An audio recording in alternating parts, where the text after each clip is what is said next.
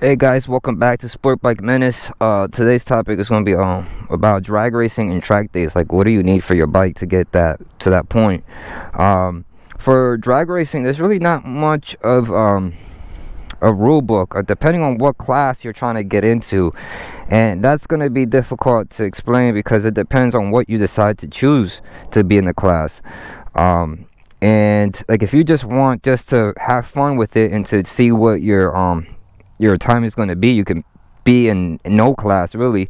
Now if they're doing a special event and there's money involved, of course there's going to be rules. Now again, that's something you got to look into before you get into that event. Some of them have to be stretched out, some of them are not supposed to be stretched out. Some of them can have race gas, not have race gas. Like, it depends. Some of them can't have engine modifications. Some of them have to be engine modifications.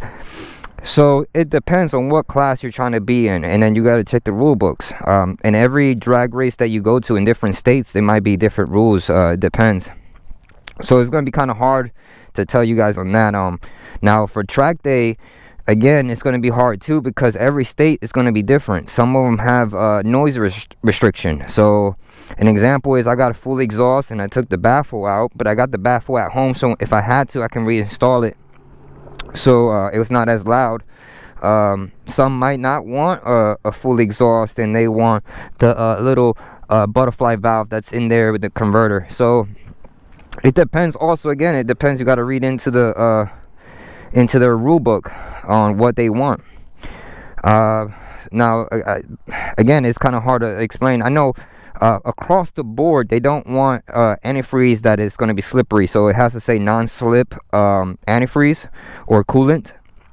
The one that I'm running and a lot of people just run is this Engine Ice, and it's the best, to my opinion, is the best coolant to use, not only for the winter but also the summertime. That's what I've always used on this bike and my other bike.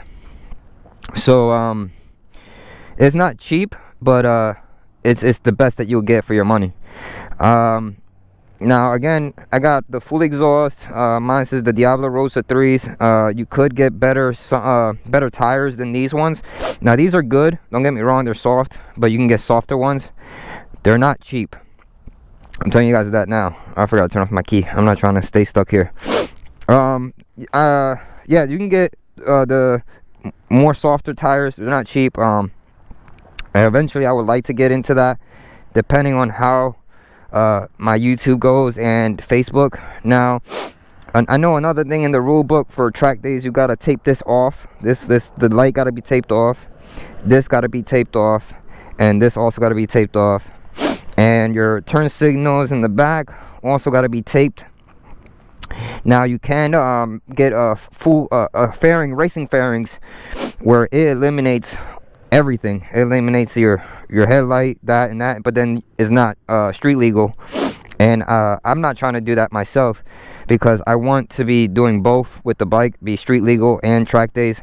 Now if they told me, hey, you're gonna make money doing track days, and we want you to pull the race fairings, and I'm not 100%, I'll do the job myself. I'll buy the parts and everything just so I can get paid to do racing.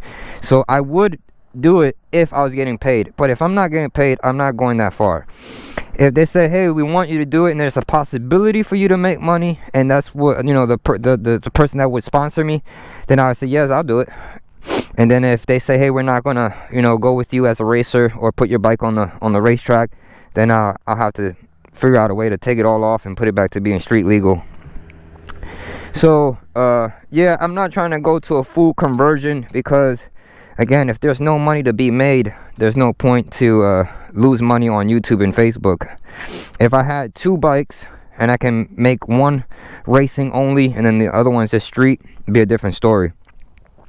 Another thing that people can do, I mean, it's not that it's legal or not, you can change your gearings. So I have a 520 chain and sprocket, but I left my stock gearing because I'm not trying to mess with that. I also have a quick shifter, but there's nothing about the rules of all that stuff. I know there's supposed to be safety wires that you're supposed to put on. I think your antifreeze cap is supposed to be a safety wire, and also your your oil plug needs to have a safety wire, and then this one already has a wire, so I don't know if they will accept this as a wire or tell me how to route it a different way, so this won't loosen up on the track and then spill oil everywhere. But at least I got this piece, so they'll most likely pass. It's just the oil plug, and then I think also the antifreeze cap. But other than that, I think my bike is really just is legal.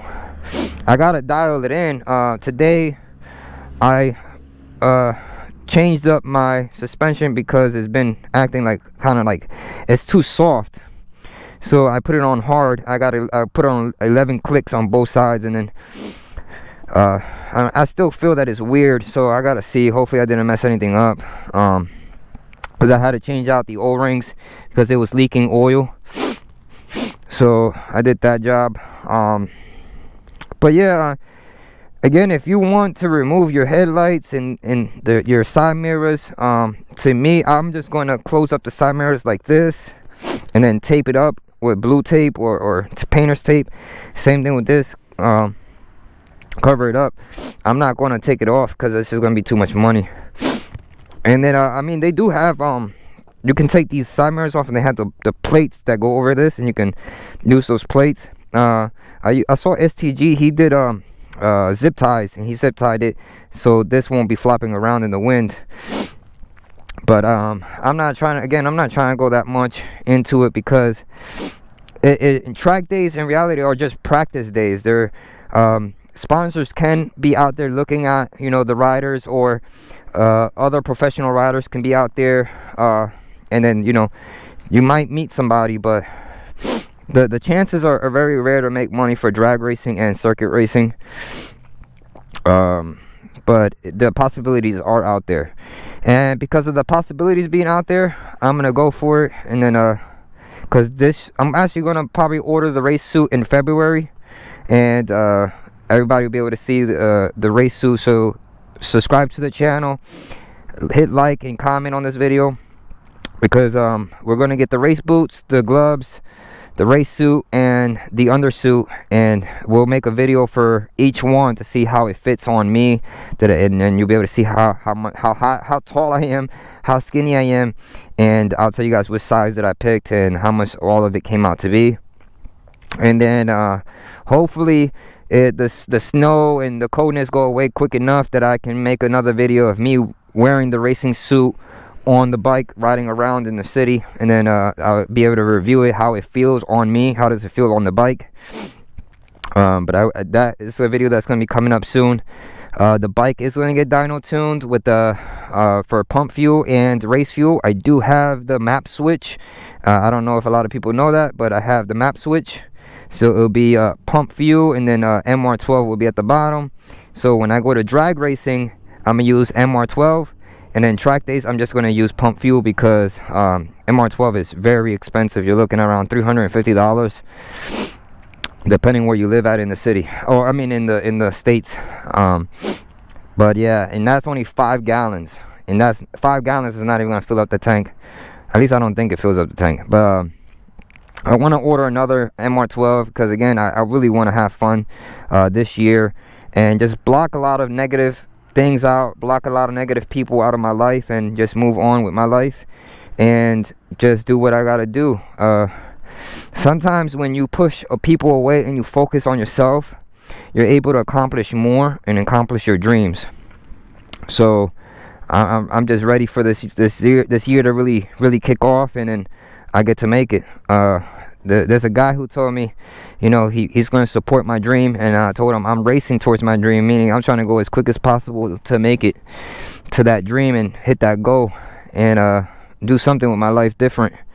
But alright guys, I hope I was able to help out a little bit, and there's more probably videos out there that will give you more of a definite answer of rules. But like I said, each track are going to be different. You're just going to have to check your rule books. Again, I don't know if they're going to allow the I have the quick throttle, so I don't know if they're going to allow that. I have a aftermarket brake fluid. I don't know if you ever see that, or a brake reservoir. I can't tell you if they're going to allow that. Again, you guys saw that I have a quick shifter. I don't know if they'll allow that. Now, some of the tracks, yes, they do, and maybe some don't. it just depends. You have to check your the event that you're gonna go to, and check their rules. And before you go there, prep your bike and stuff like that. Or like mine's, I have a broken. The bolts are broken, so the seat comes off. So that got to get fixed before I go racing, because they're going to check everything, and if anything is out of place, they will tell you no, you can't race until you fix those things. So I got to make sure all this stuff is fixed before I go there, because I'm going to waste my time, because they're going to inspect your bike and then they'll tell you nope, you got to go home. Or if you can fix it on the fly, you fix it on the fly, and then you'll be able to race. But alright guys, stay warm, be safe, and I'll catch you guys on the next video.